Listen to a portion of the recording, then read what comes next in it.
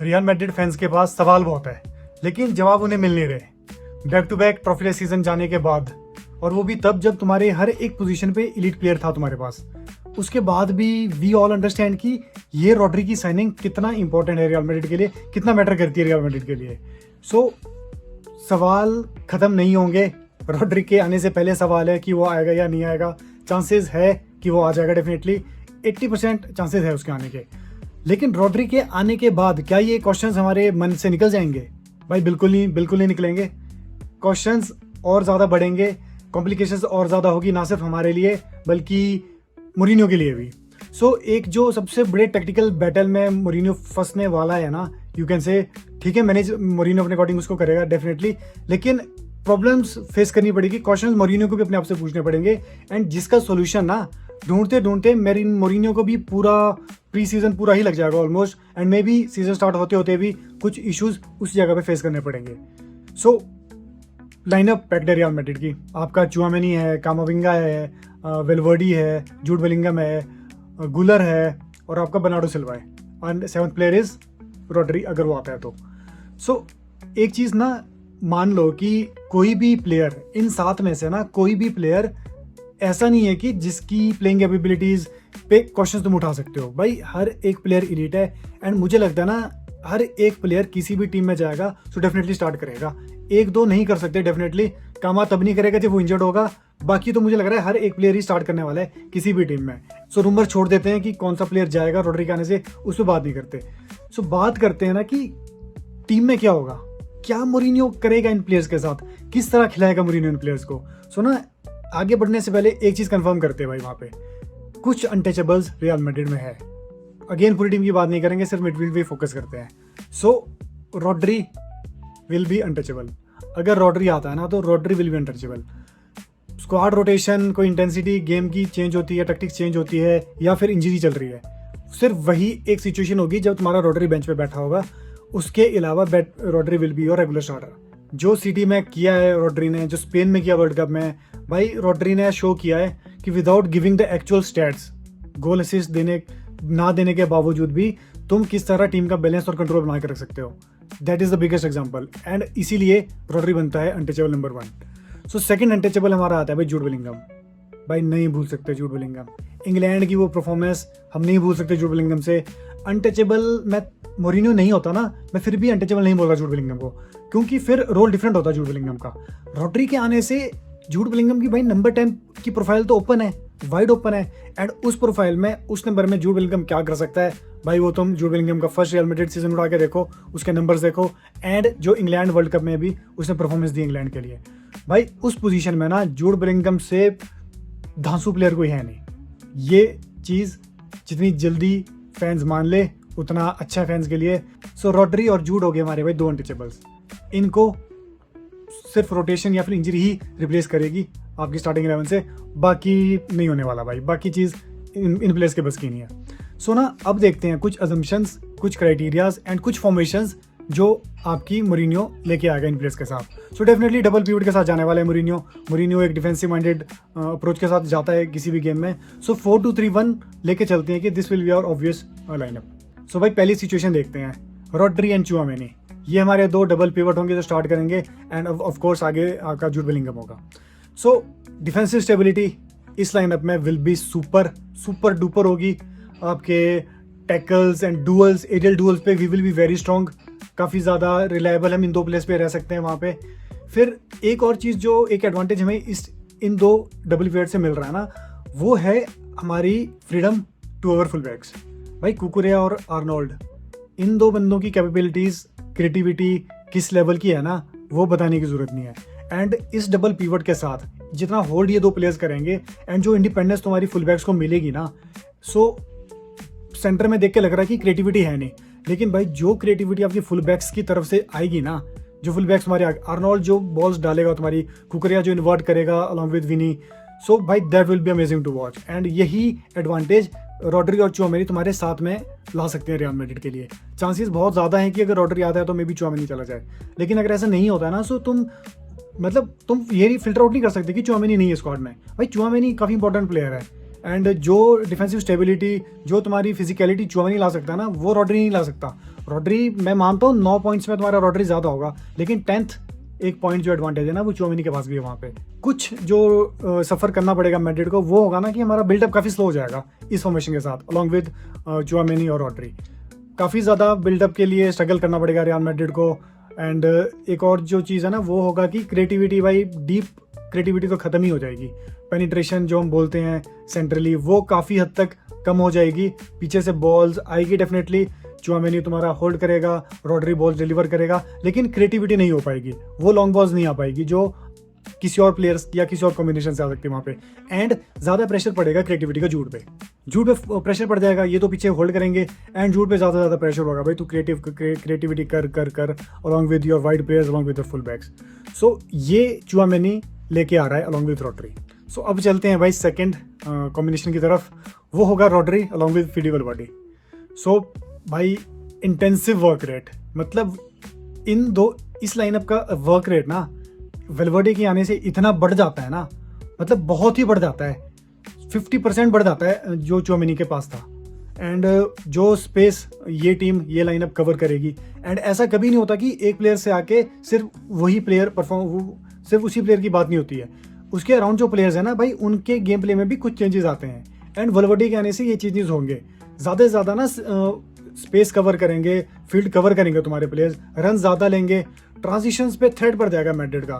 तुम समझ रहे हो ना, जो बेलिंगम का रोल रहता था ना कि बॉल कैरी करके पीछे से तू आगे आ रहा है, वो तुम्हारा वेलवर्डे करेगा।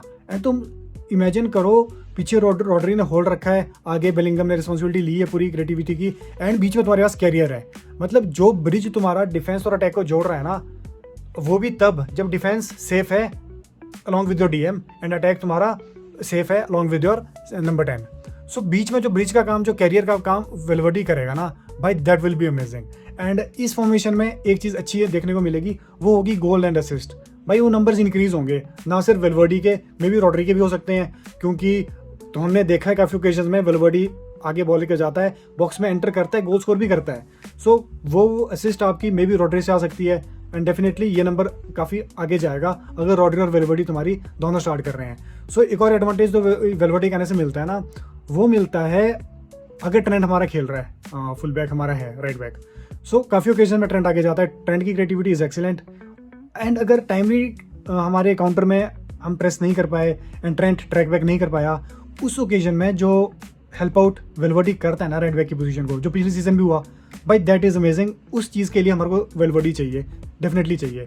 एंड एक और एडवांटेज जो मैं बोलता हूँ वेलवर्डे का, वो ये है कि वेलवर्डे राइट साइड काफ़ी अच्छे से हैंडल कर लेता है। सो अगर उसको फ्लैंक में वाइड जाके क्रिएटिविटी भी करनी पड़े ना, क्रॉसेस भी डालने पड़े, इन्वर्ट करना पड़े, सो भाई वेलवर्डे वो चीज़ अच्छी कर सकता है। इंजन रूम है वो, वेलवर्डे से अच्छे रन्स मुझे लगता नहीं है कोई प्लेयर रियल मैड्रिड शॉट में ले सकता है। सो ये एडवांटेज होंगे भाई जो वेलवर्डे और रॉड्री लेके आएंगे इस रियल मैड्रिड के लिए। एंड जो थोड़ा बहुत सफ़र मैड्रिड को करना पड़ेगा ना इनके साथ, वो हो जाएगा ना कि हाई इंटेंसिटी गेम्स में ज़्यादा सफ़र करना पड़ेगा मैड्रिड को, एंड फिजिकलिटी ना मिस हो जाएगी भाई, we will lag physicality without Tchouameni, and ये चीज़ डेफिनेट है। सो यू कैन से कि जो हाई इंटेंसिटी गेम्स होगी हमारी, जैसे हम Barça, PSG, Bayern, city, Liverpool, even ऐसी टीम्स के अगेंस्ट ना थोड़ा बहुत सफ़र करना पड़ सकता है हमें, क्योंकि जो चुआमेनी का वहाँ स्टैंड आउट जो टैंक बन के खड़ा रहता है ना चुआमेनी, जो थ्रेड चुआमेनी का रहता है, जो प्रेशर रहता है, जो एरियल ग्राउंड हर तरह के जो फिजिकलिटी चुआमेनी ला के देता है, वो वेलवर्डे नहीं ला सकता। सो ये थोड़ा बहुत ड्रॉबैक है इन दो प्लेयर्स का, इस फॉर्मेशन का। सो भाई एक और हमारा कॉम्बिनेशन बन सकता है कामाविंगा अलॉन्ग विद रॉड्री, चांसेस काफ़ी कम है, लेकिन डेफिनेटली ये देखने को मिलेगा, रोटेशन के टाइम कभी मिलेगा, लेकिन डेफिनेटली भाई ये कॉम्बिनेशन में भी देखने को मिलेगा।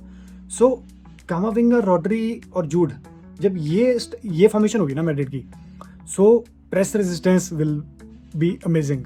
मैड्रिड के प्लेयर्स काफ़ी अच्छा प्रेस करेंगे, मैन मार्किंग बहुत अच्छी हो जाएगी कामाविंगा की, वो बहुत ही अच्छी हो जाएगी जो आपकी चुआमेनी और वेलवर्डे के टाइम नहीं हो पाएगी। एंड जो बॉल कैरिंग होगी ना मैड्रिड की, वो भी बहुत प्रोग्रेसिव हो जाएगी, क्योंकि बॉल कैरियर वेलवर्डे की तरह कामाविंगा भी है, लेकिन जो कामाविंगा का फुटवर्क है ना भाई, एक्सेप्ट दिस थिंग, मैड्रिड के फैंस को, जो डायहार्ड फैंस है ना मैड्रिड के, भाई हमें इसको के बाद अगर किसी को ड्रिबलिंग, किसी की बॉल कैरिंग देखने का मज़ा आता है ना, तो वो भाई कामाविंगा ही है। ठीक है, और भी प्लेयर्स थे हमारे पास बीच में, मॉड्रिच भी अच्छी करता था, लेकिन भाई जो मज़ा इसको के बाद कामाविंगा ने दिया ना, जो मैजिकल टचेस उसके आते हैं, जो वो 1-on-1 पे बीट करता है प्लेयर्स को, बॉल कैरी करता है, भाई दैट इज़ अमेजिंग यार। कामाविंगा थोड़ी भसड़ कर देता है एंड वो इश्यूज भी रहेंगे कुछ, हमारे पोजिशनल डिसिप्लिन ना खत्म ही हो जाएगा मैड्रिड का, क्योंकि कामाविंगा वो प्लेयर है नहीं ना जो एक पोजीशन पे स्टिक करके तुम्हारी गेम को लेके जा सकता है।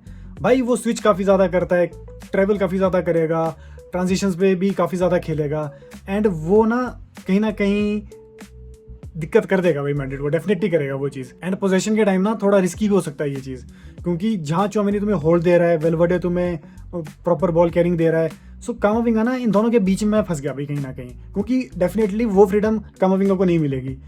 मोरिनो अलाउ नहीं करेगा कामाविंगा को बिल्कुल भी कि तू आगे जा, तो पोजीशन के टाइम वो रिस्की हो जाएगा थोड़ा सा। डिफेंसिवली तो चलो ठीक है, कर लेगा, मार्किंग अच्छी कर लेता है कामाविंगा। सो ये हमारा प्रोज एंड कॉन्स होंगे इन 3 प्लेयर्स के साथ, along with Valverde, Tchouameni and Camavinga, क्योंकि जूड और रॉड्री तुम्हारे अनटचेबल्स है।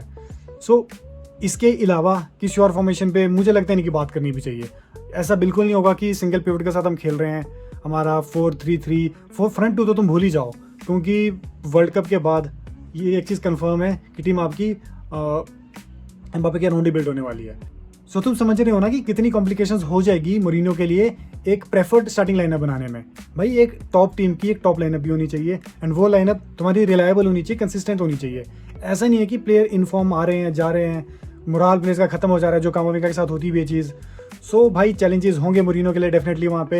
एंड अगर पीछे वेलवर्डी खेल रहा है तो राइट फ्लैंक आपका गुलर संभाल सकता है, एंड अगर पीछे चुआमेनी खेल रहा है तो राइट फ्लैंक तुम्हारा वेलवर्डी संभाल सकता है। So at last I would say कि अगर मोरिनो को बैलेंस चाहिए ना, तो भाई वेलवर्डी को खिलाओ अलॉन्ग विद रॉड्री और जूड बेलिंघम। अगर तुम्हें कंट्रोल चाहिए तो तुम चुआमेनी को खिलाओ, एंड अगर तुम्हें क्रिएटिविटी चाहिए तो भाई वहाँ पे गुलर को रख दो। सो ये कुछ रोटेशंस हमें देखने को मिलेगी इन 3 प्लेयर्स के साथ, एंड डेफिनेटली ये 3 प्लेयर्स हमारे लिए इंपॉर्टेंट भी काफ़ी है।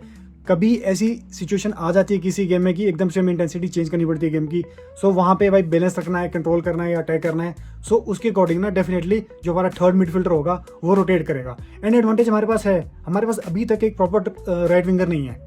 सो वो एडवांटेज है हमारे पास। गुलर खेल सकता है राइट विंग पे, अगर तुम्हारा पीछे वेलवर्डी खेल रहा है, अगर पीछे चुआमेनी खेल रहा है तो भाई तुम वेलवर्डी को डाल सकते हो आगे, तुम गुलर को भी डाल सकते हो। सो रोटेशंस काफ़ी ज़्यादा होगी, ब्रेम डियाज है। सो उस पोजीशन राइट फ्लैंक का एडवांटेज हमारे मिडफील्डर को भी मिलेगा। So this is the thing जो काफ़ी वरी कर सकती है मोरिनियो को। And eight last I will ask the same question with you, क्या तुम्हें लगता है कि स्टार्टिंग लाइनअप हो सकती है रियल मैड्रिड की? एंड द बिगेस्ट क्वेश्चन जो मैं तुमसे पूछूंगा ना, वो ये है कि इन मिडफील्डर्स की जिनकी मैंने बात करी, जो 6 मिडफील्डर्स की मैं बात कर रहा हूँ, चलो 6 भी नहीं तुम 5 को लेकर चलो, क्योंकि जूड और रॉड्री को तो हम कंफर्म लेके चल रहे हैं कि वो स्टार्ट करेंगे ही करेंगे। सो एट लास्ट जो मैं काफ़ी इंपॉर्टेंट क्वेश्चन तुमसे पूछना चाहता हूँ वो ये है ना कि व्हाट डू यू थिंक, ये जो 5 मिडफील्डर्स हैं जूड और रॉड्री के अलावा, वो do you think suits better with Rodri and Jude? Suits in the sense कि जो मिलके ना तीनों की गेम्स को इम्प्रूव कर रहे हैं।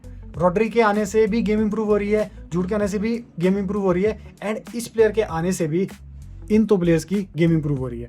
कौन सा वो प्लेयर है? Do let me know in the comment section. So let's stay tuned for the more upcoming news regarding Real Madrid. Until then, all Madrid.